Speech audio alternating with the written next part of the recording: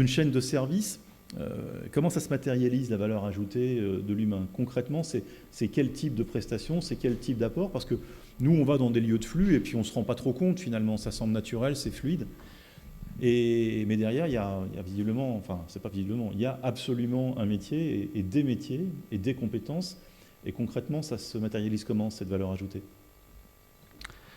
Je pourrais prendre l'exemple de ce que des dispositifs aujourd'hui d'accueil, régulation de flux sur les RER parisiens, que ce soit la B, la C, la D. Aujourd'hui, vous avez tout un dispositif le long du quai, des agents qui sont répartis pour en fait et qui travaillent sur le cadencement des trains. Donc avant l'arrivée du train, ils sont plutôt dans la partie information, orientation. C'est un petit peu ce qu'on disait tout à l'heure avec le besoin de réassurance. Et puis ensuite, à l'arrivée du train, chacun gère sa porte, entre guillemets, ce qui permet de faciliter la montée et la descente. Et en fait, c'est aussi l'éducation. C'est là où on va faire un peu plus attention aux populations les plus fragiles.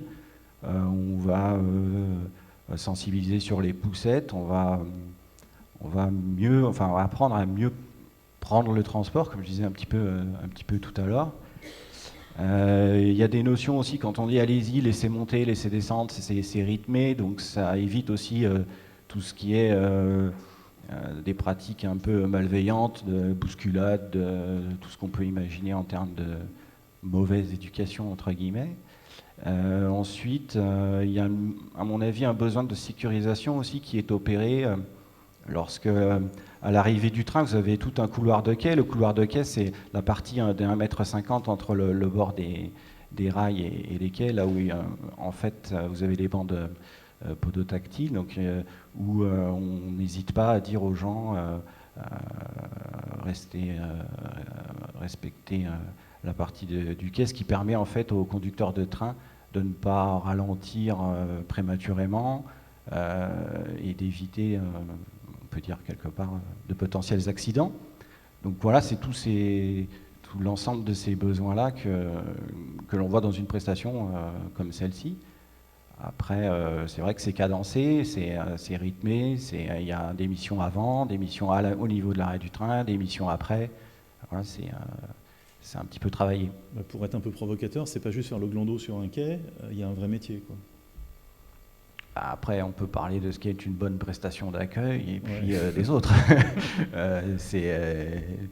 Normalement, si c'est professionnalisé, si c'est réfléchi, si c'est bien monté, on parle, nous, quand on discute, quand on échange avec les clients, on parle de dispositifs qui sont du clé en main. Donc logiquement, on n'a pas de carence après dans le service.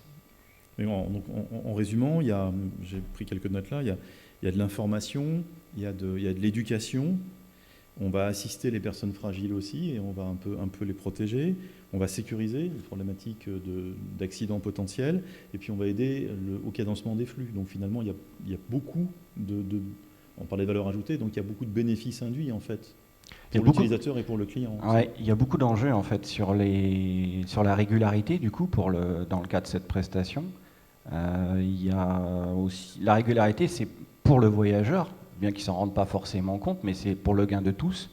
Mais c'est surtout pour le client final en fait, respecter les temps d'arrêt dans les gares et la régularité des trains au final. Donc ouais, c'est pas mal d'enjeux à ce niveau. Oui. Je me disais que si on supprimait les humains, les personnes qui s'occupent justement d'accompagner les gens dans les gares, là, à mon avis, on aurait quand même quelques surprises. Pourquoi? Parce qu'en fait, on pourrait faire deux hypothèses. La première, est-ce qu'on peut automatiser la fonction que remplit l'humain? Et déjà, on sent que ça va être compliqué, parce que certes, comme tu l'as dit, la personne qui fait ce boulot-là est professionnelle, suit un processus, a des modes opératoires, des outils, etc. Donc quelque part, c'est presque un robot qu'on peut décrire, hein, qu'on peut remplacer, on pourrait imaginer le remplacer, sauf qu'il a une dimension beaucoup plus forte, c'est qu'il a la dimension effectivement communication, affective, et surtout adaptation. Parce qu'en fait, le problème, c'est que dans un milieu à risque, où le risque il est extrêmement Ce sont que des petits risques, mais ils sont en quantité invraisemblable. Et ça, pour les traiter, c'est pas possible. Si vous mettez pas d'humain au milieu, ça marche pas. Et donc, c'est ça la vraie question. Et après, on peut prendre le problème par d'autres bouts. La SNCF veut effectivement réguler ses trains, fluidifier les entrées, les sorties, enfin tout ce que vous voulez. Et effectivement, elle a pu tester un certain nombre de dispositifs qui étaient plus ou moins pertinents. Et ce qui est assez marrant, c'est que les dispositifs qui a priori pouvaient être perçus comme les plus contraignants étaient en fait les mieux acceptés des clients, des voyageurs. Par exemple, quand vous mettez 25 000, je sais pas moi, excusez-moi, j'exagère un peu, quelques dizaines de contrôleurs pour contrôler tout le temps, enfin, on peut dire, mais tiens, c'est du flicage, on serre les boulons, etc. Pas du tout. C'est qu'en fait, le fait de mettre le nombre de personnes qui va bien au bon endroit, fluidifie le sujet, parce que d'abord on traite très vite les problèmes, les vérifications, et surtout on a une disponibilité, une capacité d'adaptation pour traiter les demandes qui est vraiment extrêmement performante. Résultat, on accélère encore plus le flux, et on a un super résultat à l'arrivée. Et en plus, on n'enquiquine pas les voyageurs pendant le trajet. Donc il y a différents dispositifs où aujourd'hui on peut faire l'expérience. Je pense que ça a déjà été fait. Hein. On en met plus ou moins, on regarde un peu ce qui se passe. Et là, je crois que tu connais ça bien. Oui, il y a pas mal d'expérimentations qui ont été menées en fonction des différents besoins qui sont recensés. Mais en tout cas, ce qu'on peut noter, c'est qu'il y a une forte augmentation effectivement de la professionnalisation, des connaissances requises sur ces 10 dernières années en prestations humaines. C'est vrai qu'on sent une grosse évolution et de plus en plus de savoir-faire pour réaliser une bonne prestation d'accueil, on va dire. Moi j'ai une question. Est-ce que les personnes ont choisi leur profil? Est-ce que quelques profils sont mieux adaptés à faire de la relation, justement, à jouer mieux l'interface avec les autres personnes? Pour mémoire, je me souviens que certains agents de service n'étaient pas forcément très bien vus des clients parce qu'effectivement leur relation était difficile à établir. Donc là, on va être sur le savoir-être. Quand on va définir en fait un besoin avec un client pour une prestation, on va récupérer un maximum d'éléments sur les connaissances requises, et au fur et à mesure des exigences clients, on va effectivement partir savoir-être plus connaissances requises pour donner savoir-faire. Donc en fait, on va cibler de plus en plus effectivement des profils d'accueil. On dit souvent que d'ailleurs pour être bon dans ces métiers-là, il faut avoir envie d'aider les autres, il faut avoir le cœur de faire de l'accueil. Et ça, c'est un petit peu dans notre ADN, dans nos sélections, dans nos recrutements. C'est vraiment ce que l'on retrouve au quotidien. Et sans cette partie savoir-être, il ne peut pas y avoir vraiment une prestation satisfaisante, on va dire, du moins à mon sens. Et c'est un travail de formation des individus ou c'est aussi un travail de formation collectif? Parce qu'il y a effectivement le comportement de l'individu, mais il y a sa capacité à interagir au sein d'un système, avec les gens de sa propre équipe, et puis aussi avec le dispositif du client. C'est souvent, je pense, de la coactivité ou de la coproduction d'un service global. Donc il y a la formation de l'individu, mais il y a aussi, j'imagine, une dimension collective dans tout ça. Oui, alors on parle souvent de diagnostic réalisé à la naissance d'un projet. En fait, on va échanger avec le client pour tout à l'heure, je disais, c'est réaliser une prestation clé en main. C'est-à-dire on travaille ça en système de management par la qualité, et on récupère sous forme de diagnostic tous les éléments et les exigences clients avec un maximum de connaissances requises. On va partir de A à Z, on va tout mettre sur la table, et puis ensuite on va faire évoluer ça sur le terrain par le diagnostic in situ avec le client, qui va permettre de voir si on est conforme à ce qu'on s'est dit autour d'une table, si c'est viable. Et là on va parler de toute la partie un petit peu conseil sur ce qu'on a pu vivre auparavant, sur l'expérience. Et puis on va du coup après adapter. Donc il y a la formation, après il y a aussi l'encadrement, après il y a le suivi, avec le suivi, le contrôle. Donc en fait l'essentiel dans les formations, c'est de ne pas se louper. Nous on fait des formations théoriques et pratiques, on va dire. Donc vous avez des formations en salle où on va adapter le livret de formation à tout ce qu'on a vu lors du diagnostic avec le client. Et puis on va faire des petites mises en scène, on va faire des cas concrets, et ensuite en formation pratique, l'ensemble du personnel va pouvoir en fait appréhender le lieu de travail. On va faire en fait tout un parcours pour qu'il voit bien dans quel milieu il va évoluer et que le jour J, à l'instant T, le dispositif soit complètement efficace en fait. C'est ça l'intérêt. Un commentaire, je crois. Donc en t'écoutant, donc nous en fait on a un métier assez proche, même s'il est assez loin, mais donc vous êtes plus dans la relation, il tirait bien la relation physique, réelle, et nous on est plus dans la relation à distance. Et il y a une notion qui me semble assez centrale, qui est la subjectivité en fait. C'est-à-dire que l'algorithme, enfin le numérique n'est pas subjectif, alors que l'être humain, tout être humain est subjectivité, chacun a sa propre subjectivité. Concrètement, quand on interroge un client qui souhaite se déplacer, on lui demande différentes informations qui pourraient être rentrées dans une base de données, comme est-ce que je vais bien, est-ce que je vois bien, est-ce que j'ai un ascenseur, etc. etc.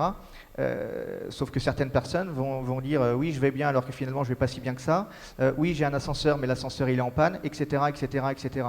Et il y a plein de petits diables comme ça dans toutes les informations qu'on peut recenser que par un être humain qui, avec sa propre subjectivité, est capable d'interagir et de comprendre la subjectivité de l'autre être humain. En fait, le principe effectivement d'un dispositif d'accueil, nous ce qu'on dit, c'est qu'une fois qu'il est lancé, il n'est pas figé.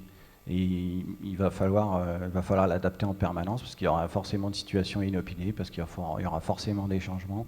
Et tout ça, c'est aussi, tout à l'heure par rapport à ce que je disais, c'est dans la préparation, en fait, dans l'encadrement, c'est dédier un encadrement au bon endroit, au bon moment, qui puisse prendre la décision conformément aux attentes, en fait, et en instantané. Et ça, c'est vrai que c'est que la partie... c'est que l'humain qui peut, de bonne loi, changer un dispositif puisqu'il ne fonctionne plus, parce qu'il y a trop de monde, parce qu'il y a des choses qu'on n'avait pas pu prévoir. Et ça, c'est l'adaptabilité à l'instant T, effectivement, c'est ce qu'on connaît au quotidien. Il n'y a pas d'algorithme ou numérique aujourd'hui qui permet de faire de l'information en temps réel, que ce soit dans une gare, dans une ville, sur un territoire. Il y a toujours des éléments qui viennent perturber le dispositif complètement externe et qui font qu'il n'y a pas d'information de temps réel qui existe et donc qui est transmettable à un tierce sans un être humain qui, lui, est capable de la donner grâce à une rafale d'outils d'aide à la décision. Sinon, Google qui veut prendre le marché de la mobilité, il serait déjà allé, quoi. Moi, je voudrais juste rajouter, c'est que en fait, c'est pas si simple que ça d'avoir des bonnes personnes aux bons endroits et d'adapter le dispositif. Et c'est pour ça que quand tout à l'heure je parlais formation, après il y a suivi, encadrement, il y a contrôle. Il faut savoir que tout au long d'une prestation, on parle de différents niveaux d'encadrement. Par exemple, un chef d'équipe, lui, il va travailler sur la montée en compétences individuelles. Après, le superviseur, il va s'attacher, lui, à la cohésion et la montée en compétences du groupe, de manière à avoir, au travers du contrôle réalisé, de cibler les points faibles et les points forts de l'équipe, d'une manière générale. Et puis après, il y a tout ce qui est retour d'expérience. Un retour d'expérience, ça ne se fait pas en fin de mission, comme on peut croire. Un retour d'expérience, c'est via un compte-rendu journalier pour une situation difficile du jour, que le lendemain, ça y est, on sache déjà l'adapter. Donc c'est tout un process. Et ça aussi, c'est un petit peu dans notre ADN, quand on a déroulé ce process-là et bien veillé à chaque étape de la construction, les éléments indispensables. Je pense qu'on peut après on peut parler un petit peu d'excellence opérationnelle, et ce qui pourrait tout à l'heure par rapport à ce que vous disiez, l'humain c'est pas forcément bien. Il faut que ça soit bien travaillé pour que ça soit conforme à l'attente client et à l'attente voyageur. Oui, dans tout ce que j'entends là, il y a deux mots qui me paraissent assez forts. Il y a un côté, avoir une notion de design. Designer un dispositif, ce qui veut dire d'abord comprendre une situation, voir comment adapter une réponse pour qu'elle ne soit pas simplement une réponse type, mais qu'elle colle parfaitement à un besoin particulier. Et puis, deuxième idée clé, après le design, c'est la notion de dynamique. C'est-à-dire que la solution qu'on a trouvée, justement parce qu'elle est humaine et parce qu'il faut qu'elle soit humaine, elle est forcément dynamique et changeante. Parce que si on met de l'humain, c'est bien qu'on ne veut pas une réponse automatique, et on cherche donc de l'adaptabilité, c'est ce qu'un d'entre vous mentionnait tout à l'heure, donc design dynamique. Et c'est peut-être ces deux caractéristiques-là qui, se renvoyant l'une à l'autre, créent la valeur ajoutée fondamentale du dispositif. J'ai envie juste de citer un exemple. Alors, je vais sortir un peu du cadre que tu connais très bien. Je vais plutôt évoquer des nouvelles offres de services qui émergent et qui s'affirment. Ce sont les nouveaux espaces de travail dont on a tous entendu parler, du coworking, du télécentre, un certain nombre de choses.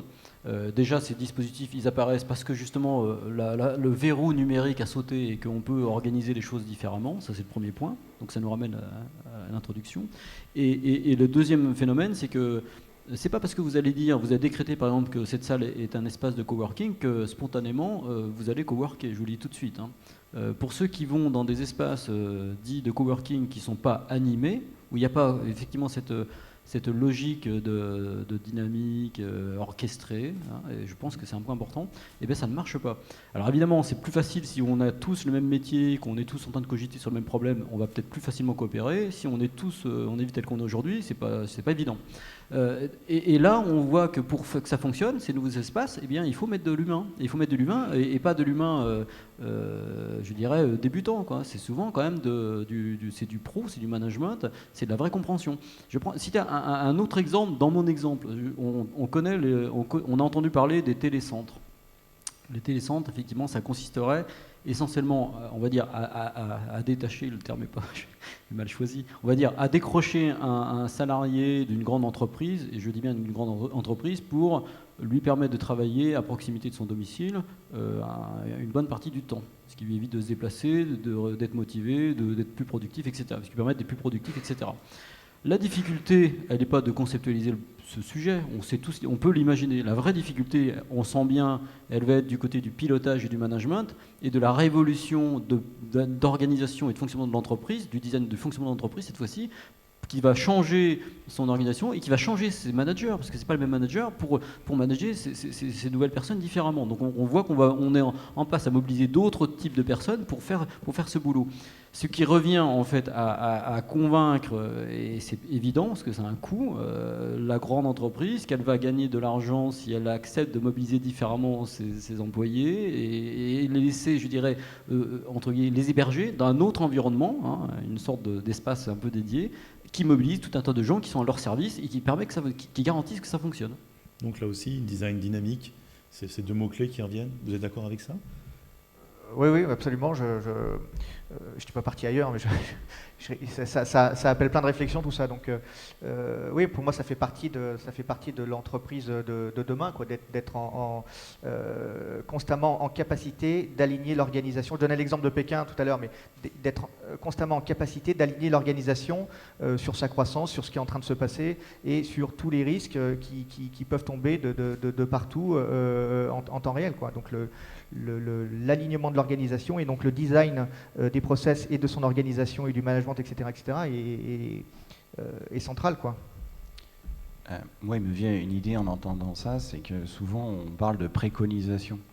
Et de plus en plus, même en tant qu'œuvrant, il y a une partie conseil qui est non négligeable, en tout cas qui a énormément évolué sur ces 10 dernières années. De plus en plus, on a besoin, quand on prépare un dispositif pour un client, d'échanger, et la notion de conseil est importante pour lui, parce que c'est vrai que c'est un stress où on sait que c'est pas forcément toujours simple, et comment tout boucler pour que ça marche bien, ça fait partie maintenant du métier à part entière, le conseil.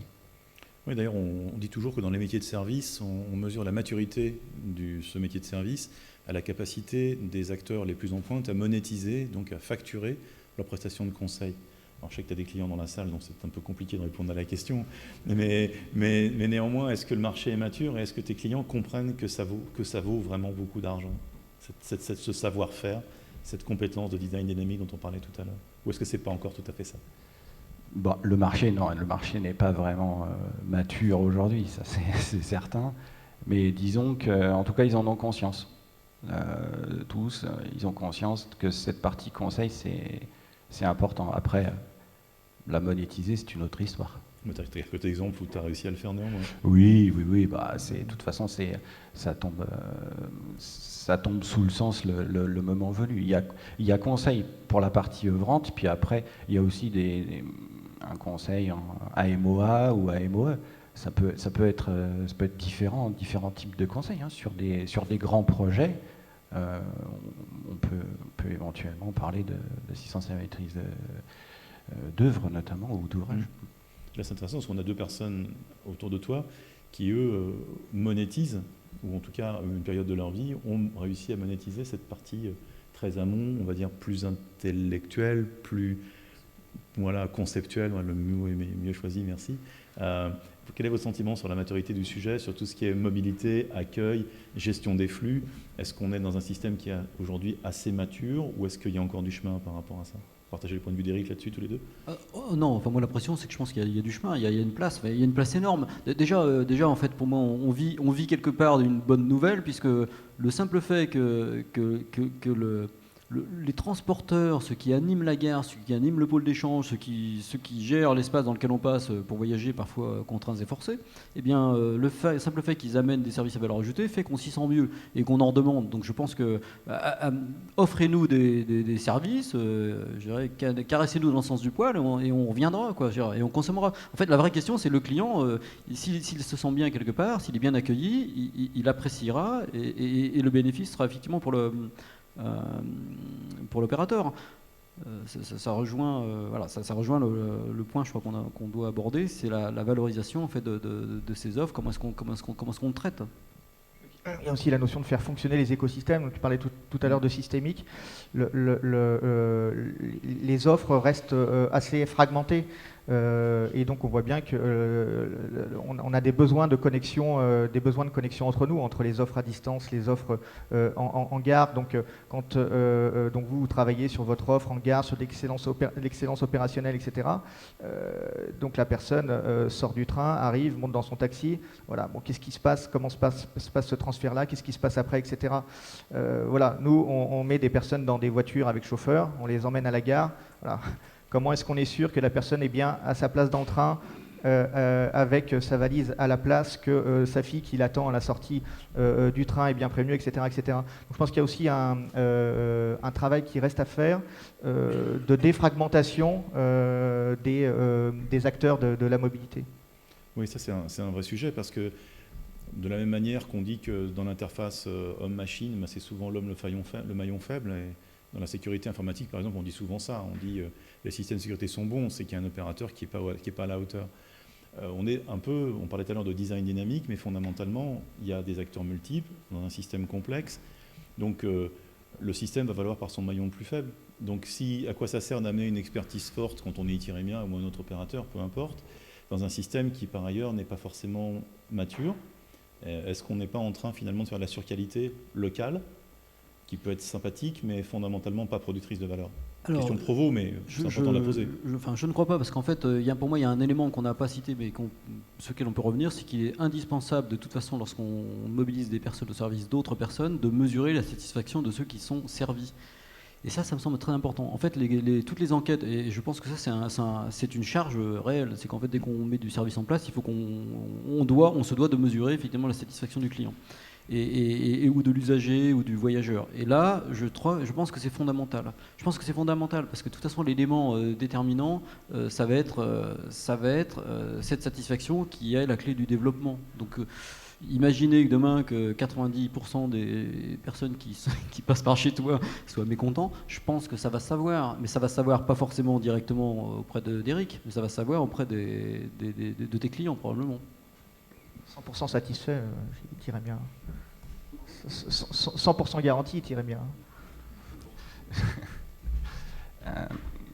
Oui, c'est sur qualité, moi j'y crois pas un instant, parce qu'on est dans un monde où il y a de plus en plus d'exigences. C'est surtout l'exigence voyageur, au-delà du contrôle de la prestation et de savoir si c'est satisfaisant pour le client final. Je crois que c'est surtout le voyageur qui va donner son tempo en termes d'exigence. Aujourd'hui, quand il est content, et ça on le voit dans l'évolution, aujourd'hui quand il est content, il n'hésite pas à écrire.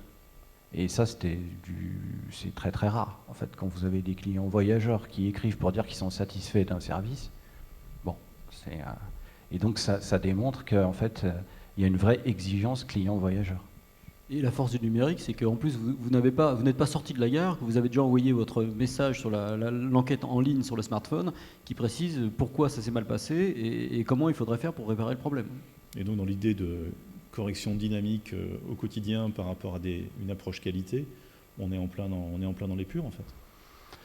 Oui, comme je disais tout à l'heure, c'est quand tout est en lien, on est capable de rebondir, on est capable de savoir ce qu'on va faire le lendemain par rapport à une situation qui était inconnue la veille. Mais ça, c'est vraiment la capacité de l'humain et encore une fois, c'est le management au bon endroit au bon moment aussi, parce que c'est pas l'agent qui lui-même va décider, c'est savoir adapter le centre de commandement. C'est ça, ce qui est clé, c'est vraiment le management. Et vous êtes clairement une entreprise de management. Sur l'exemple de l'informatique, là on le voit dans les startups où les directeurs techniques contrôlent les serveurs de production, etc., jusqu'à un certain stade. Et donc il y a ceux qui arrivent à un niveau de maturité où ils sont complètement exclus en fait du dispositif de sécurité parce qu'il y a un vrai management sur la sécurité avec quelqu'un qui pilote, et d'autres qui le font moins bien. Et effectivement, il y a des trous de sécurité, quoi. Mais tout ça, là c'est vraiment du management et c'est vraiment les hommes, et on revient à la subjectivité des hommes et des femmes qui gèrent ces services-là, quoi. Et cette idée aussi de coproduction avec le client, parce que le système peut bouger. Le client apprend, il réinternalise des choses peut-être, des besoins nouveaux apparaissent et il fait appel de nouveau à un prestataire. Donc on est dans un modèle où la relation n'est pas figée non plus forcément, puisqu'il y a un apprentissage et une sorte de coproduction, de co-invention, de co-design permanent avec le client, qui peut mener à des changements de périmètre, j'imagine, sur la durée, assez violents. Oui, ça c'est inhérent au concept d'accueil mobile, c'est la coactivité, mais ce qui est plus flagrant pour moi aujourd'hui, c'est en fait on est condamné à systématiquement innover et améliorer les dispositifs. Il n'y a rien de figé, et c'est ce qui nous pousse aussi en avant pour améliorer la qualité. Alors après, faire de la surqualité, moi je vous dis tout de suite, j'y crois pas un instant, mais on est poussé, c'est le monde qui veut ça. Hein. Vous pouvez pas, il n'y a pas de concept immobile, ça n'existe pas. Donc ça veut dire qu'on ne peut pas être dans une logique d'offre ultra packagée en disant voilà, je te vends ça, c'est carré, c'est mis comme ça, tu le prends, je te le lis, d'ailleurs tu le mets sur l'étagère et puis on est systématiquement dans du clé en main aujourd'hui. C'est une tendance générale dans tous les métiers de service, dans la gestion des flux, vous avez l'impression, tous les trois? Ou c'est une expérience typique ou propre à Itirémia? Je crois que, si j'étais client, je pense que je serais assez fanat d'avoir une offre extrêmement bien packagée, et qu'on me raconte une histoire dans laquelle je crois et qui me rassure sur le fait que le service que je vais financer va être bien perçu et va avoir un impact sur mon résultat. Donc je pense qu'il y a deux aspects. Il y a l'aspect d'amener ce service-là qui ne peut pas de toute façon être satisfait autrement que par de la mobilisation de personnes compétentes et formées et pilotées et managées. Et puis pourquoi? Parce que là on est sur tous les exemples qu'on a cités, c'est qu'on est sur de la gestion de risque instantanée, quoi. C'est du micro-risque qui peut tourner à la débâcle, hein. C'est l'effet papillon. Donc il faut être capable de mettre à la masse tous ces petits problèmes qui pourrissent le quotidien d'un groupe d'individus, mais de manière massive si on n'est pas mobilisé de bonnes personnes pour traiter ces sujets-là. Donc je crois que moi je pense que l'un n'exclut pas l'autre. L'offre carrée, maîtrisée, ce professionnalisme, cette capacité d'encadrement, de sélection, d'organisation, de motivation, tout ça, c'est important. Et derrière, la dimension, c'est effectivement, il y a un incident qui se présente, je l'ai traité, en combien de temps, et voilà, et quel est le niveau de satisfaction des gens auprès desquels j'ai traité la question. Oui, pour compléter, je crois qu'aujourd'hui on est dans une logique de mass customisation des offres, c'est-à-dire que les offres sont packagées, il y a des offres assez carrées, packagées, mais qui restent personnalisées, de plus en plus individualisées, parce qu'on veut des offres packagées, mais en plus on veut qu'on s'adresse à moi et par rapport à mes problématiques. Donc il y a 15 ans dans le transport, quand on devait adresser une information transport à quelqu'un, on savait que c'était un homme de 45 ans. Voilà, aujourd'hui, il faut savoir que c'est un homme de 45 ans, qu'il est marié, qu'il a 2 enfants, qu'il a une jambe dans le plâtre, qu'il a un scooter en bas de chez lui, etc. Pour pouvoir proposer une offre qui est à la fois packagée dans sa globalité, mais complètement individualisée et personnalisée pour proposer des services de plus en plus spécifiques.